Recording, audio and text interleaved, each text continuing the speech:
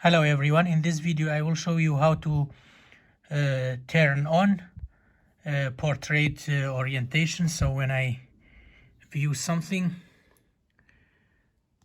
I will go to here, for example,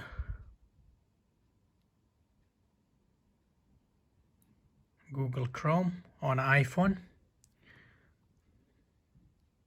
So it goes like that. Sometimes when you lay down it's not comfortable. So we need to turn on portrait orientation. So just like that. And then tap here. Tap here. Portrait orientation lock on.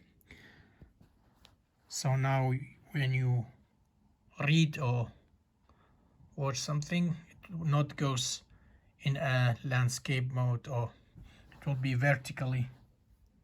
And then if you want to turn off